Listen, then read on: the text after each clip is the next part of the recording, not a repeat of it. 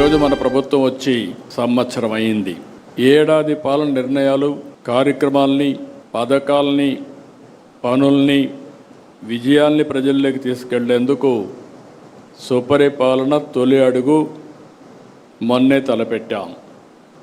మొదటి సంవత్సరం సుపరిపాలన తొలి అడుగు అనే పేరుతో పెట్టి మళ్ళీ ప్రజల జీవన ప్రమాణాలు పెంచడానికి, పునరంకితం కావడానికి మొన్నే ఒక వినూత్నమైన కార్యక్రమానికి శ్రీకారం చుట్టాం. ప్రజాప్రతినిధులు, అధికార యంత్రాంగం ఇద్దరు కూడా దగ్గర 2000 మందితో ఒక కార్యక్రమానికి శ్రీకారం చుట్టి ఈ సంవత్సరం ఏం చేశాం, రాబోయే సంవత్సరం ఏం చేయాలి, 5 సంవత్సరాల్లో మనం ఏం చేయబోతున్నాం, 2047కి రాష్ట్రాన్ని ఏ విధంగా ముందుకు తీసుకుపోతామో ఒక నిర్దిష్టమైనటువంటి టార్గెట్స్తో ఆ కార్యక్రమంలో చర్చించాం. ఇందులో కూడా మీరు ఒక్కసారి చూస్తే ఇక్కడ ఉండే వాళ్ళందరం కూడా పాలసీ మేకర్స్. ఇటు శాసనసభలో చట్టాలు తేవాలన్నా, పార్లమెంట్లో చట్టాలు తేవాలన్నా ఇక్కడ మనకు ఒక ప్రత్యేకత ఉంది. ఇక్కడ అసెంబ్లీలో మనం ఒకసారి చూస్తే మనం ఒక ఎన్డీఏ గవర్నమెంట్లో ఉన్నాం, కూటమి ప్రభుత్వం ఉంది. ఈ కూటమి ప్రభుత్వంలో మెయిన్ పార్టీ తెలుగుదేశం పార్టీ, ఇంకొక పక్క జనసేన, అదే మరిగా బీజేపీ, ముగ్గురం కూడా ఉన్నాం. ఈ ముగ్గురు 3 పార్టీలు కలిసి ఎప్పటికప్పుడు సమన్వయంతో ముందుకు పోతున్నాం. మనం అందరం ఒక విషయం గుర్తుపెట్టుకోవాల్సిన అవసరం ఉంది. 5 సంవత్సరాలు ఈ రాష్ట్రంలో అనేక ఇబ్బందులు పడ్డాం. ప్రజలు కూడా అనేక ఇబ్బందులు పడ్డారు.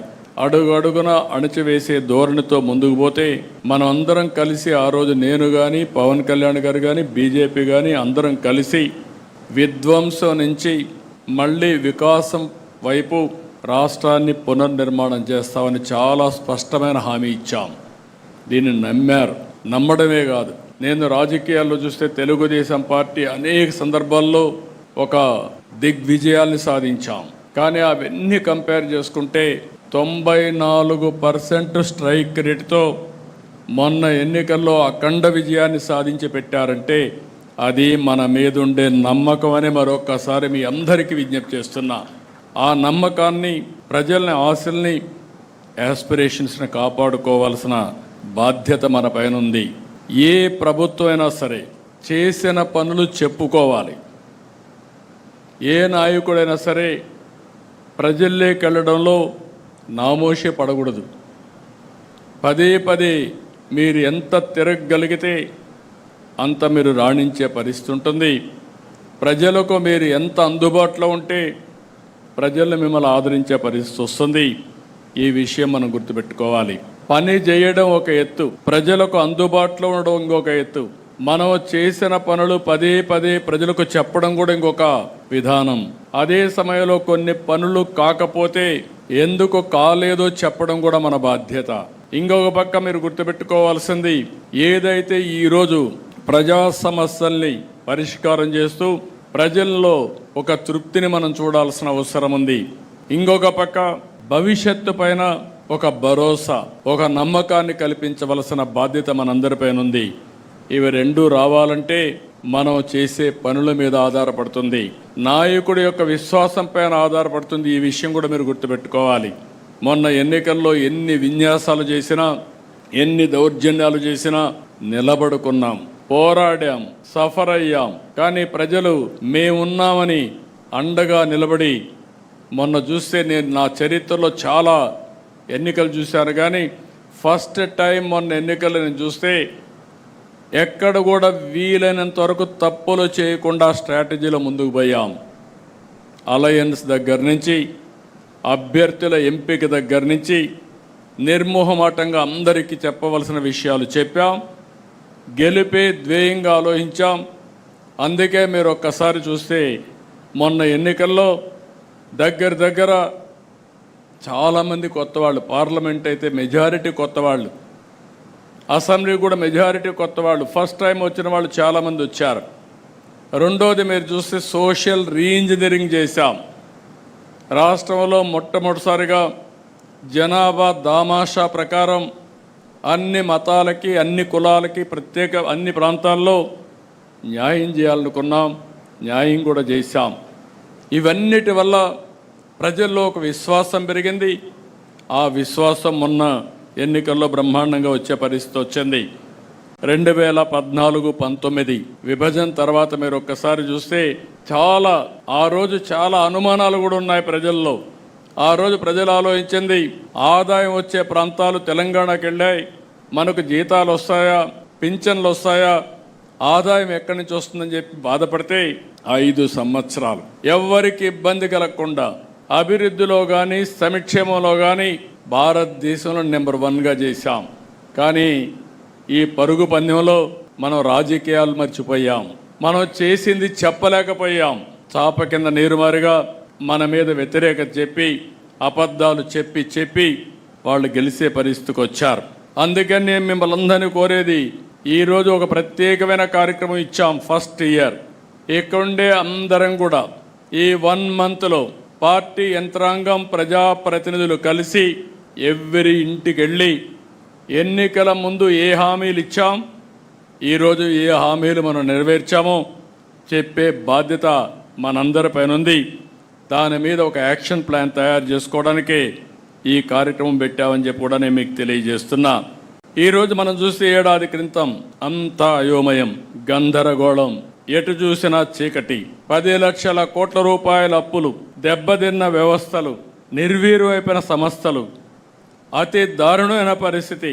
నేను 4వసారి సీఎం అయ్యాను. గతంలో కూడా కొన్ని ఇబ్బందులు ఉన్నాయి, కానీ ఇన్ని ఇబ్బందులు, ఇంత విధ్వంసాన్ని నా జీవితంలో ఎప్పుడూ చూడలేదు. అంటే కేంద్రం ఇచ్చే డబ్బులు సెంట్రలీ స్పాన్సర్డ్ స్కీమ్స్లో 95 ఇస్తే 95 కూడా డీఫంక్ట్ అయిపోయినాయి. ఇచ్చిన డబ్బుల్ని డైవర్ట్ చేసే పరిస్థితికి వచ్చారు. నిన్న అర్బన్ డెవలప్మెంట్ రివ్యూ చేస్తూ ఉంటే మెప్మా నిధులు కూడా కేంద్రం ఇచ్చిన డైవర్ట్ చేసి మీరు అది ఖర్చు పెట్టి యూసీ ఇవ్వండి, అప్పుడే డబ్బులు రిలీజ్ చేస్తామనే పరిస్థితికి వచ్చారు. ఇప్పటికే దగ్గర 85-86 స్కీముల్ని రివైవ్ చేశాం. దగ్గర 15,000 కోట్ల రూపాయలు వీళ్ళు ఖర్చు పెట్టి, లేకుంటే డైవర్ట్ చేసిన డబ్బుల్ని మళ్ళా ఖర్చు పెట్టి అవన్నీ కూడా మళ్ళీ ట్రాక్లో పెట్టే పరిస్థితికి వచ్చాం. ప్రజలకు ఇచ్చిన ప్రకారం ఈరోజు మనం విధ్వంసం నుంచి వికాసం వైపు ప్రయాణం మొదలుపెట్టాం. నేను అన్ని సెట్ చేశాను నేను చెప్పడం లేదు. అందుకే మీరు చూస్తే సుపరిపాలనలో తొలి అడుగే అన్నాం. ఈ 1 సంవత్సరం మనం వేసింది తొలి అడుగు మాత్రం వేసాం. అయితే ఎన్ని సమస్యలున్నా సమస్యలు చూసి మనం భయపడడం లేదు. ఒక్కొక్క సమస్యని పరిష్కారం చేసుకుంటూ ఎక్కడికక్కడ మనం ముందుకు పోయాం. ఒకే లక్ష్యంగా ముందుకు పోతున్నాం. అదే రాష్ట్ర పునర్నిర్మాణం, పూర్వ వైభవం తేవడం, ఏపీని అగ్రగామిగా చేయడం అనే సంకల్పంతో మనం పనిచేస్తున్నాం. ఈరోజు వాట్సాప్ గవర్నెన్స్ వచ్చింది. ఐటీ మంత్రి గారు వాట్సాప్ గవర్నెన్స్ తీసుకొచ్చి ఇప్పటికే దగ్గర 500 సర్వీసెస్ ఆన్లైన్లో ఇస్తున్నాం. ఆగస్టు 15 నాటికి 703 సర్వీసులు ఆన్లైన్లో పెట్టి ఎవ్వరు కూడా ఆఫీస్కి వచ్చే పని లేకుండా పూర్తిగా సర్వీస్ అన్నీ ఆన్లైన్లో ఉంటాయి. దీనివల్ల కరప్షన్ చాలా వరకు కంట్రోల్ అవుతుంది. ప్రజలకు కూడా ఎలాంటి ఇబ్బందులు లేకుండా పరిపాలన ఇచ్చే అవకాశం ఉంటుంది. ఇక్కడ మీరు ఒక్కసారి గుర్తుపెట్టుకుంటే, ఎందుకంటే టెక్నాలజీ పెరిగింది. ఆ రోజు నేను హైదరాబాద్లో హైటెక్ సిటీతో ఐటీ ప్రారంభించాం, ప్రమోట్ చేశాం. ఇప్పుడు క్వాంటమ్ వ్యాలీ పెట్టి క్వాంటమ్ కంప్యూటింగ్తో ఆర్టిఫిషియల్ ఇంటెలిజెన్స్కి శ్రీకారం చుట్టాం. దీనికి తొలి అడుగు భారతదేశంలో టెక్నాలజీ ప్రభుత్వంలో వాడకంలో నెంబర్ 1గా ఆంధ్రప్రదేశ్ ఉంటుంది. దాంట్లో అనుమానం లేదని మరొకసారి మీ అందరికీ విజ్ఞప్తి చేస్తున్నా. ఈరోజు మనందరం ఎప్పుడు కూడా ఎన్నికలు లాస్ట్ 1 ఇయరే ఆలోచిస్తూ ఉంటారు.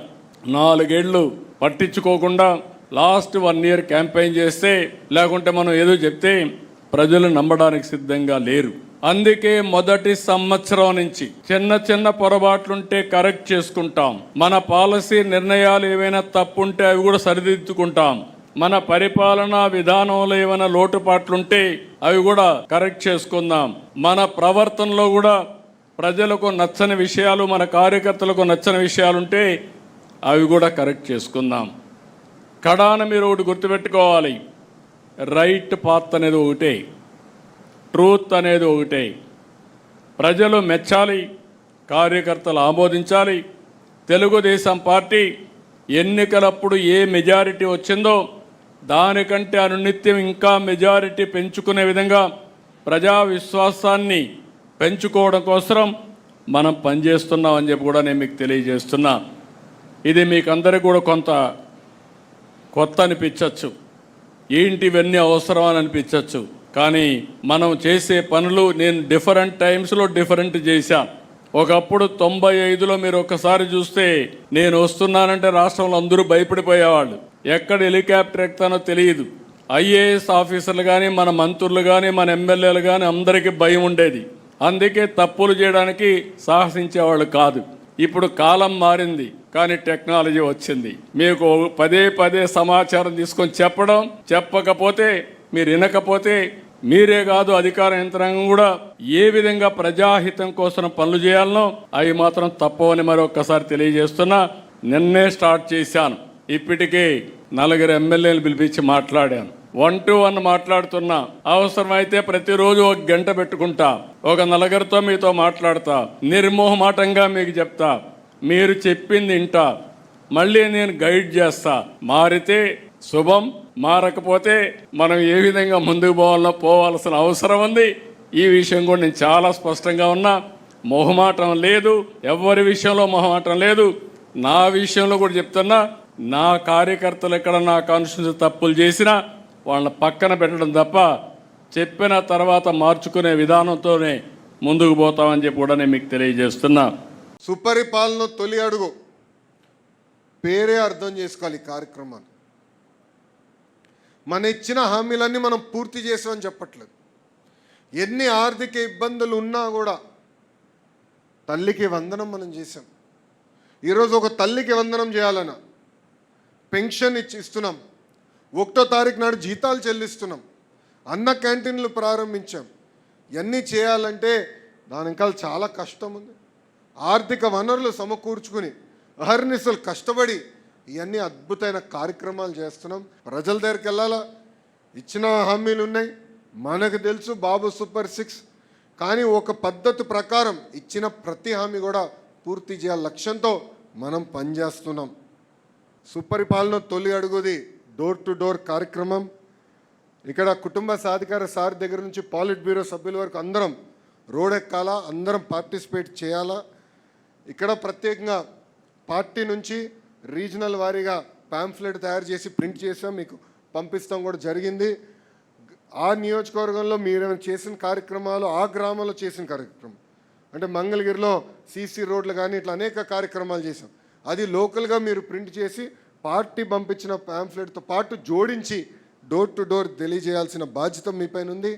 అదేవిధంగా డోర్ టు డోర్ మీరు వెళ్ళినప్పుడు ఫీడ్బ్యాక్ తీసుకునేదాన్ని కూడా ఈ యాప్లో మనం ఏర్పాటు చేసాం. ప్రధానంగా ఇక్కడ గడిచిన సంవత్సరంలో వేసిన తొలి అడుగు పైన వివరించాలి, తెలియజేయాల్సిన బాధ్యత మనందరిపైన ఉంది. తెలుగుదేశం పార్టీ నాయకులు, కార్యకర్తలు డోర్ టు డోర్ తిరగాలి. 175 నియోజకవర్గాల్లో మనందరం తిరగాల్సిన అవసరం ఉంది. మన ఇచ్చిన సూపర్ 6 హామీల పైన కూడా ప్రజలకి వివరించాల్సిన అవసరం ఉంది. ఉత్తరాంధ్ర సుజల స్రవంతి, దీనికి కూడా శ్రీకారం చుట్టాం. ఈ సంవత్సరం అనకాపల్లి వరకు నీళ్లు వెళ్తాయి. రాబోయే సంవత్సరం విశాఖపట్నం నుంచి అవసరమైతే దీన్ని వంశధార వరకు కూడా కనెక్ట్ చేసే దానికోసం ఒక ఆలోచన పెట్టుకొని ముందుకు పోతున్నాం.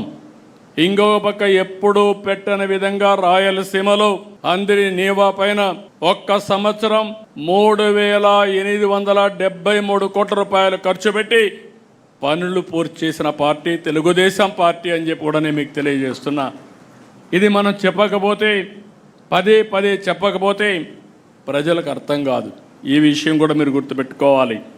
ఇంకో పక్క రాయలసీమలో aerospace, defence, automobile, electronics, food processing పరిశ్రమలు తీసుకొస్తున్నాం. ఓర్వకల్లో డ్రోన్ సిటీ, తిరుపతిలో లేపాక్షి, కడపలో జిందాల్తో steel plant, Kopparthi industrial park కూడా తీసుకొస్తున్నాం. విశాఖపట్నంలో పెద్ద ఎత్తున యు నేమ్ ఎనీథింగ్ అన్నీ కూడా వచ్చే పరిస్థితి వచ్చింది. గూగుల్ వస్తూ ఉంది, విమానాశ్రయం పూర్తి అవుతూ ఉంది, ఇంకో మెట్రో తీసుకొస్తున్నాం, ఇంకో పక్క 2 స్టీల్ ప్లాంట్లు. అంటే భారతదేశంలో ఒక జిల్లాలో ఇంత పెద్ద ఎత్తున స్టీల్ ప్రొడ్యూస్ చేసే రాష్ట్రం లేదు, జిల్లా లేదు. అలాంటి మిత్తల్ది కానీ ప్లస్ విశాఖపట్నం స్టీల్ ప్లాంట్ 2 వచ్చే పరిస్థితికి వచ్చింది.